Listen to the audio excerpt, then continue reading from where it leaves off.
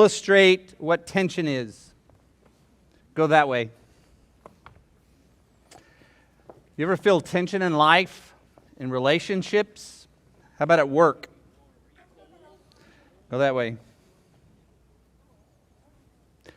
How about tension with friends?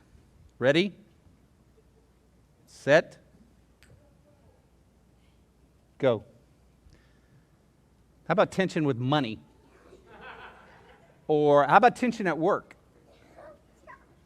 Oh, man down. How about tension with God sometimes? Where you work really hard and sometimes you don't feel like you're getting anywhere. Boom. All right, thank you guys. That is a perfect picture of tension or stress. And that is all over the Bible.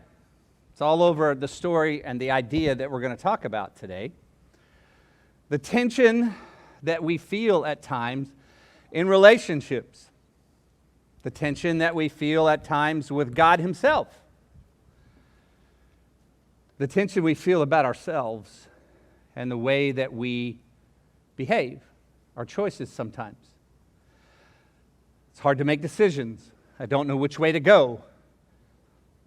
Has anybody ever felt like you were pulled in two different directions? The circumstances of life happen to us.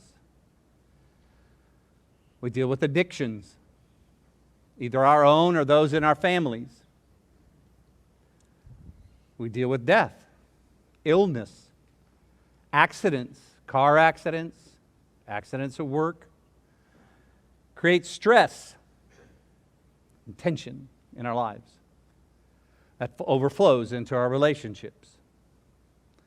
Marriages are under stress because of some of the things we've talked about. Money, family pressure can go on a marriage. In-laws, outlaws, kids, adults, aging parents, 3 kids under 3. Did anybody have 3 kids, 3 and under? Some of you that had twins, it's just about an automatic there. Lots of opportunity for tension in relationships. But there's also opportunity outside of relationships with people we know and love, with our friends, even with work, even with money. There is a tension in the Bible with the world. Now, the Bible talks about the world a lot more than you might expect. Those of you that have a digital Bible app on your phone, do a search quickly. Those of you that can search the phrase "the world." So you have to type in quotation mark, "the world," quotation mark. And tell me how many references in the New Testament only there are for the world. What is the world? The Bible had a lot more to say about that phrase, that idea, than I expected when I first started planning this weeks ago. Pastor, were you looking that up? Who was? I'll tell you, the New International Version has 134 times. The ESV has about 157 times, I think, where that phrase, the world, appears in the New Testament. Well, what is the world? If we're in relationship with people, we're in relationship with inanimate objects like our money or our job, or in this case, the world, well, what are we talking about? What's the tension of the world of which we speak? Okay? Well, in the New Testament, there are 5 ideas. Most of them come from one Greek word, cosmos. Some of you already figured that out. You already knew that. The Greek word is K-O-S-M-O-S, but it's easily translated into English. We use a C when we spell it. But it has kind of 5 different connotations. First, it can mean the created universe, the world that God created, everything, okay? It could also mean the earth, the planet Earth, the world on which we live. The planet, the world. It could also mean humanity.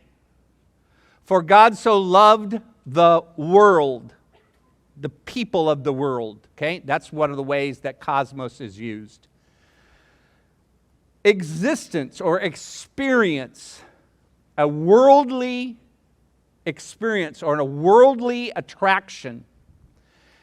And finally, it can be the order or the idea or the values of the world that if we look at many of those 134 passages are in rebellion toward God.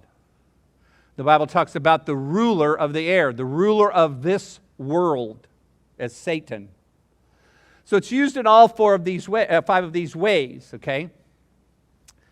Now I want us to think about that, and what we're going to do is we've started out with kind of a big idea of tension that's caused in relationships or activities or experiences in the world. Those can be one of these five. We're narrowing it down a little farther.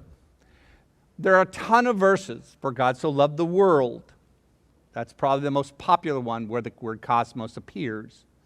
But I want us to think about 1 John chapter 2. We're going to spend about 2 or 3 minutes here, and then we're going to close with a 7-minute video. Now, I debated for 2 weeks whether to show this 7-minute video. I took the information from the video, I made my own PowerPoint slides, I tried to put it that way, and I thought, I can't say it as well as this person does. So we're just going to, we're in the world of technology. We're in this world that sometimes is tension between the things that we buy or the places that we go.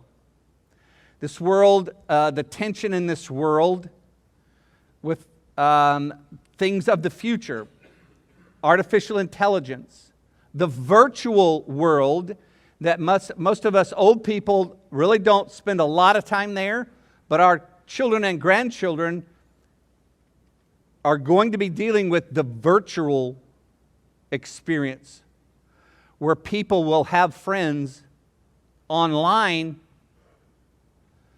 but maybe only online. Where machines will begin to think on their own. It's a brave new world. And yet Solomon says there's nothing new under the sun. God tells us about a tension, and this is the passage where it's most clearly expressed. The world appears in these 3 verses 6 times. Let's read what the Apostle John has to say about the cosmos, the human existence, the world that is in, the values are in contrast to godly values many times. Okay? Do not love the world or anything in the world. If anyone loves the world, the love of the Father is not in them. There's a lot of tension because we like our lives. You know, there are difficulties, there are challenges, there's pain. But for the most part, we like our lives. And yet the Bible tells us don't go as far as loving this world because everything in the world, everything, the lust of the flesh, the lust of the eyes, and the pride of life comes not from the Father, but from the world. So the picture we're painting is this world of tension, this experience, the human experience of the tug between the things of God and the things of this world. Goals and dreams, aspirations. We want to be successful. What does success mean? We talked about a relationship series when we talked about money. That tension was there. Jesus said you cannot serve God and money. You're going to love the one and hate the other, or love the other and hate the one. That's that pull. How much is enough?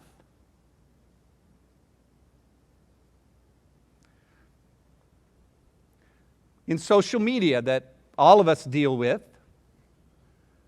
how many likes, how many retweets, how many reposts, how many little love buttons is enough? And do we draw something from that? Scientists will tell us that we do. And believe me, the people way behind Facebook and Instagram and Twitter and Snapchat and TikTok, they know exactly what happens to us with the dopamine in our brain. It's planned. Okay? Facebook, Instagram, TikTok is not the product. We're the product. And there's attention. Okay? Now we're going to continue narrowing this down to a laser beam. Okay? Do not love this world. If you love this world, the love of the Father is not in you. Because everything in the world, the lust of the flesh, that's our appetites, our sexual appetites, our appetites for more, our appetite, our desire to be recognized and seen and liked and reposted.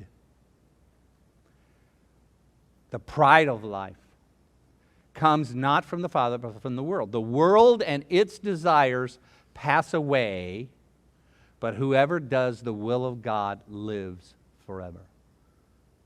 That's painting quite a contrast. Everything in this world will pass away. But the one who does God's will, the one who seeks Him and follows Jesus, we sang the songs, Here's My Heart, I'm following you.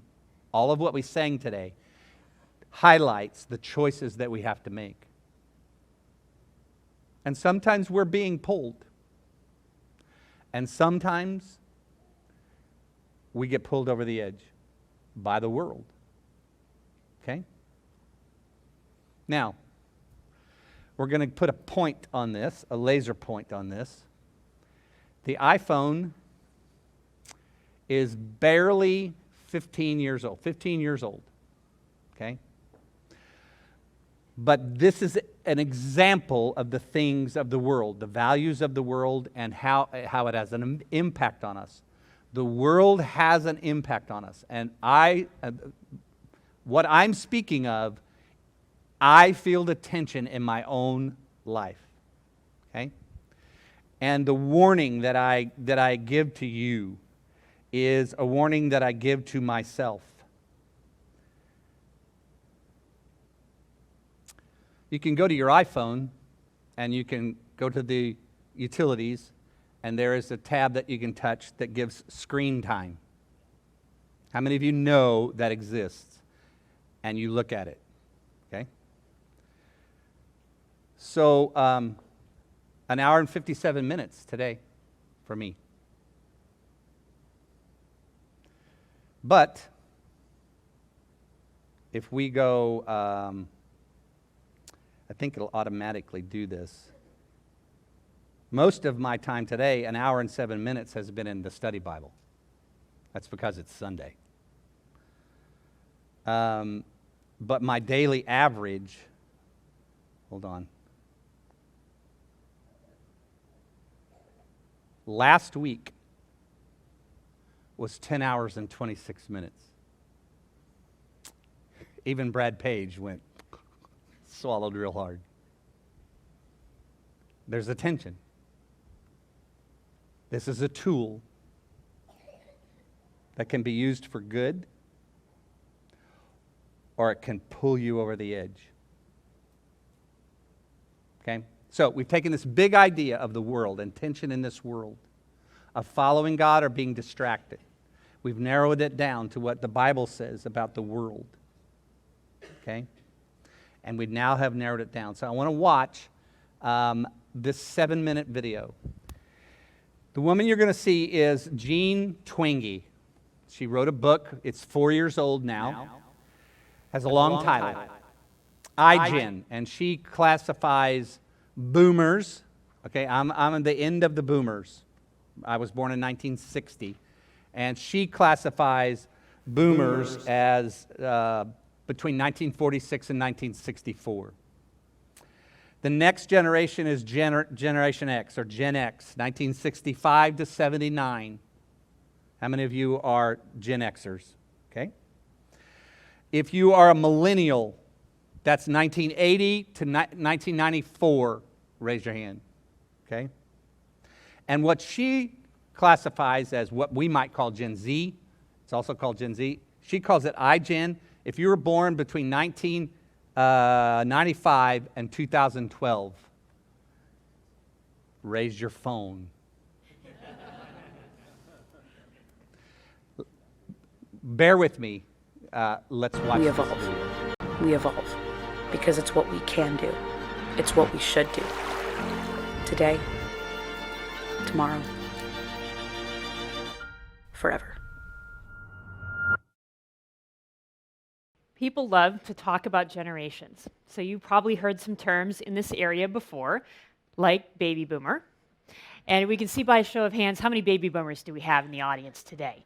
All right, leave your hands in the air for just a moment, because I want the rest of the room to see that not all of you look like these people. At least not today. Thank you. Baby boomers were the hippies of the 60s who became the yuppies of the 80s and are now many of our leaders. Then we have Gen X. I'm a Gen Xer. How many of my fellow Gen Xers are out there? Okay. And generational bonus points if you can name the movie. Anybody know? Reality Bites, that's right. From 1994, back when we got the reputation for being slackers. Then there's millennials. How many millennials are joining us today? Okay, several of you. So it took some time to find a good picture of millennials. I like this one. It has the technology. It has the guy with the crazy beard. They look like they're in Brooklyn. Maybe they just had some artisanal cheese, or maybe, according to the internet, some avocado toast. I don't know. Then there's iGen. So if you're iGen, don't just hold up your hand, hold up your phone. And let's see of our iGeners. Yeah. So,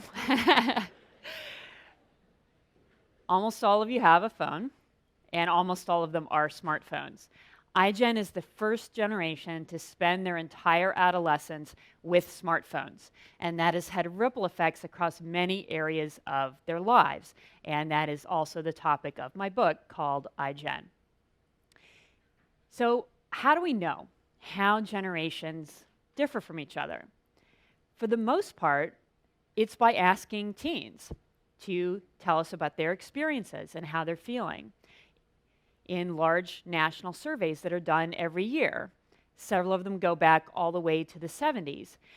That's a powerful method because it allows us to see boomers, Gen Xers, millennials, and iGen at the same age when they were young. So you can see what's generational and cultural change apart from age or just being young. They are very large, all told. They add up to about 11 million people. So I've been doing studies on generational differences for about 25 years. So I got used to changes that would grow slowly and steadily over time. But then around 2010 or 2011, I started to see some changes that were much more sudden. I had really never seen anything like it. So for example, teens became less likely to go out without their parents as often. They were getting together with their friends less often.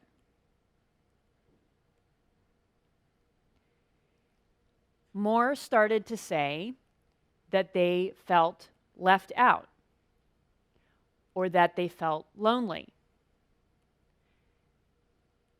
More started to say they felt like they couldn't do anything right, that their life wasn't useful, that they didn't enjoy life. A national screening study found a 50% increase in major depressive disorder between 2011 and 2015 among teens. Major depressive disorder with severe impairment shows a similar pattern. Most concerning of all, the suicide rate for 12 to 14-year-olds has doubled since 2007. I think this means we have to ask the question, why? What happened between 2010 and 2015 that might have caused these trends? So one answer to what happened is that this happened. You might have your own memory, sometime around 2011 or 2012, of being in a public place, looking up and realizing that everybody else was looking at their phone. The percentage of Americans who owned a smartphone crossed 50% in 2012. By far, the largest change in teens' lives since 2010 has been that more of them got smartphones and they spent more time online and on social media. You can see the time sequence here. Here's teen depression, smartphone ownership, and the number of hours per day that teens spend online. On the other hand, economic factors don't line up. So unemployment, for example, was actually going down over this time that teen depression was going up. So the next question is, are teens who spend a lot of time online thriving, or are they struggling? Well, they're more likely to not sleep enough. They are 71% more likely to have at least one risk factor for suicide, such as feeling sad or hopeless for 2 weeks, thinking about suicide, or having attempted suicide in the past. And they are twice as likely to be unhappy. There's a photographer who takes pictures of people on the street who are looking at their phones. In short, they do not look happy. They do not look happy.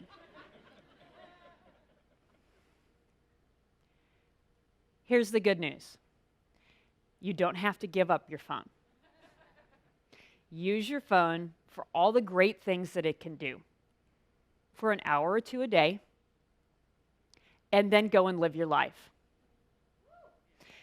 Go for a run or a swim. Watch a sunset. Get some sleep. Go see a friend, not on Snapchat, but in person.